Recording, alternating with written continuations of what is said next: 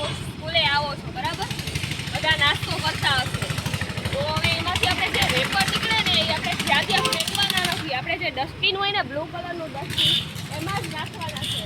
તમે સોડા પીવો છો, પાણીની બોટલ છે, આ તે એ જ્યાં ત્યાં આપણે ગંદકી કરવાની નથી. કોઈ બી કરતું હોય તો એને કહી દેવાનું કે તમારે ગંદકી કરવાની નથી.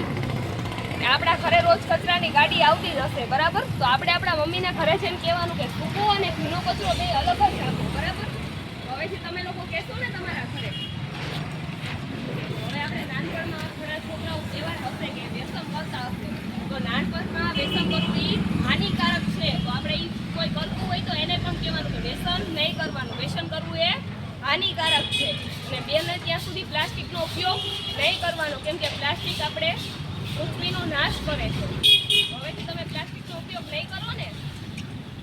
Thank you. અમારી કોણ કોણ બીડી પીવે કોણ કોણ ખાય છોકરા? ચલો વંદે ભારત માતા કી જય. કરતા નહીં હો, પડીકા ગમીને નાખવાનું નહીં. શું બધા ડસ્ટબિનમાં જ નાખવાનું.